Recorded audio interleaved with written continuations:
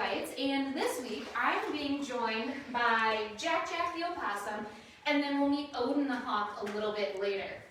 So if you did not tune in last week, this is an opportunity for you to take a small bit of knowledge to fuel your brain about Michigan nature. So today, I actually don't have my handy dandy nature notebook with me. I think I left it at home, so we're all a little forgetful sometimes. But I do want to talk a little bit about some myths that we see with some of our native animals in our backyard. So with Jack, one of the myths that I hear all the time is that, whoa, that's an opossum, it's just looking to get me, it's super scary, it's trying to bite me, it's in my backyard. Well, what happens is that when opossums like Jack are in your backyard, they're often interested in just food, just like he is right now. So when you are experiencing an opossum in your backyard, they're often rooting around in your trash, and they are trying to find those goodies. And they use their nose with those little whiskers to grab them. But when you startle them, an opossum isn't a very quick runner. So what happens is they show you their teeth, and opossums have 50 teeth, which is more than any other animal in North America. So it's kind of a scary sight, which is why if you thought that opossums were scary, you would maybe, be playing right into their hands or their little paws, because they do want you to think that they are scary. So what that ends up turning out to be, if it doesn't work, is then they play dead. Or that's kind of where our first myth comes in, is that opossums don't actually really play dead.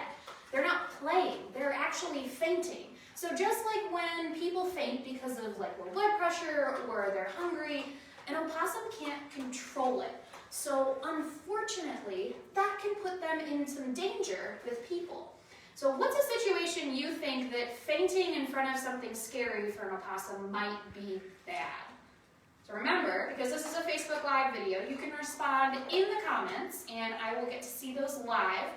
We've got Laura, I've actually got our Wildlife Education Director behind the screen with me today. So proof that we all wear many hats here at the Cal Nature Center. But if you are thinking that it's not so great for an opossum when they're in front of a car, you would be correct. Because unfortunately, when you play dead in front of a car, often you end up actually dead.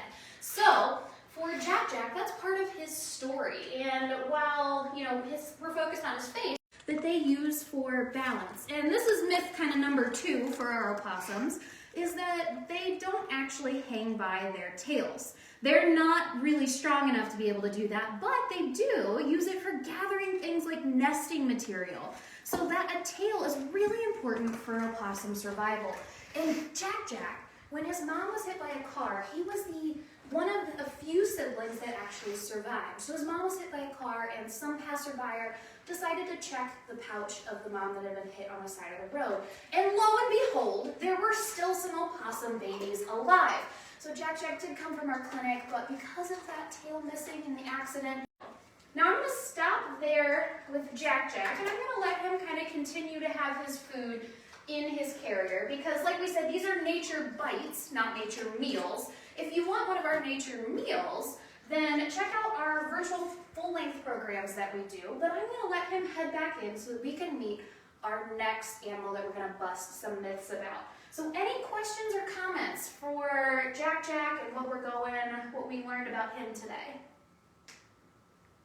Okay, so I'm going to let Jack head back into his carrier and finish off his snack, and then I'm going to grab our next animal, Odin the hawk.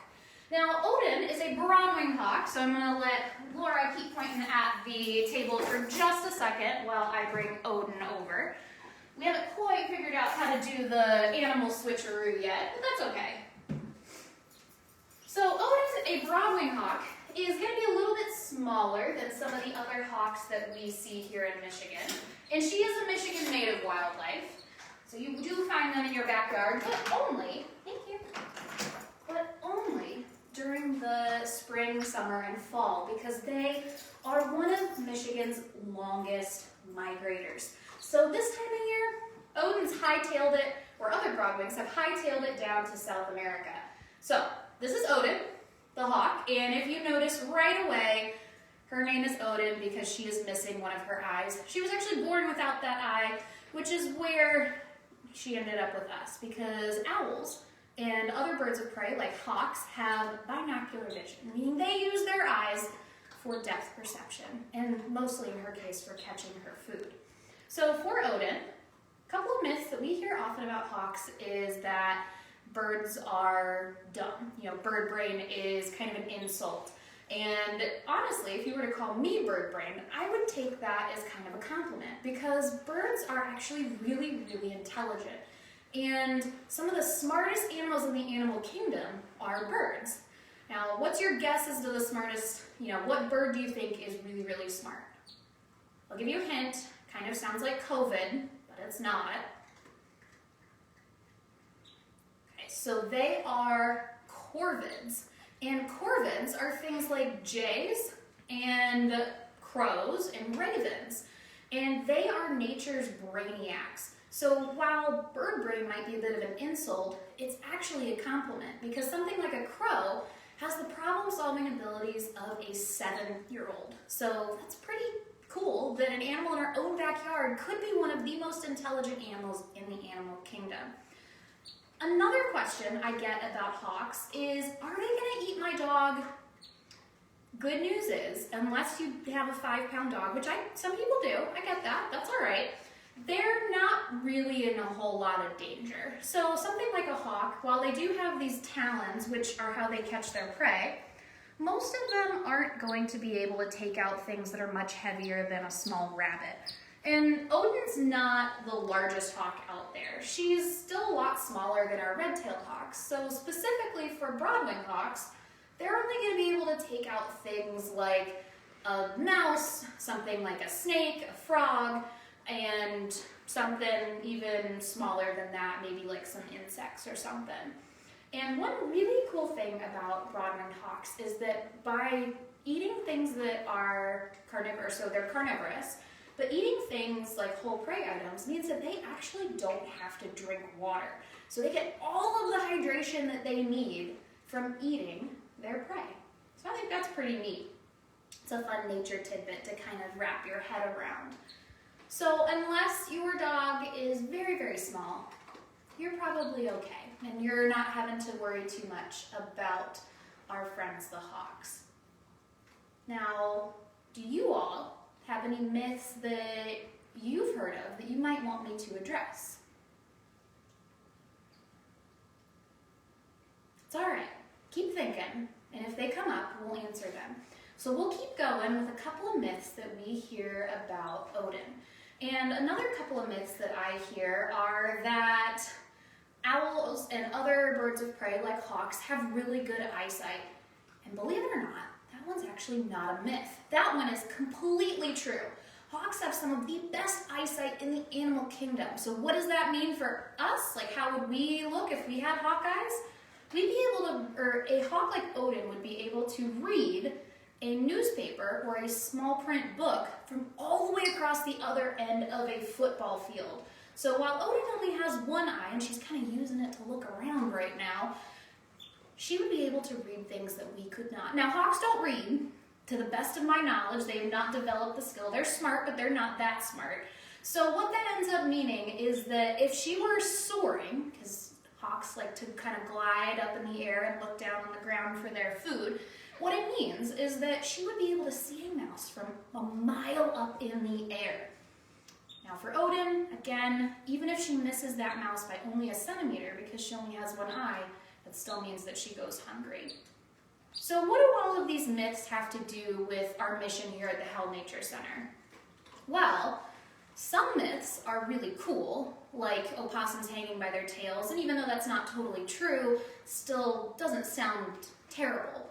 But some myths, like opossums are really gross and they carry rabies and they're really mean, can be really detrimental or bad for these animals, because it means that they get villainized by people that don't understand them.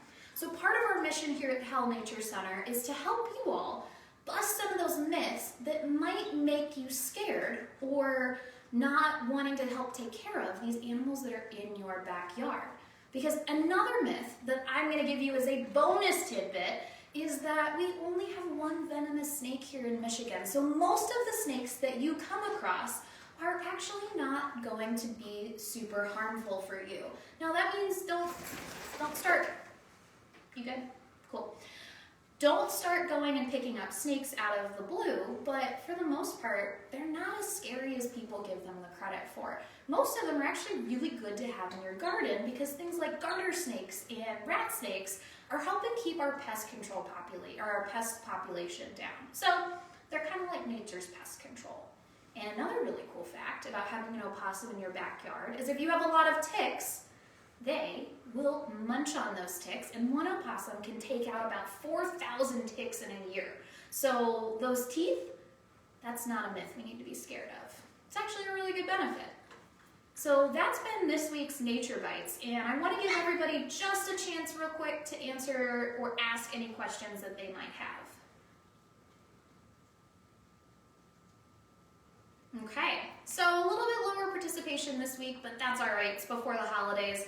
So once again, my name is Evan, this is Odin, we met Jack earlier, and this has been a very short version of our Mythbusters program, or our Mythcrackers program.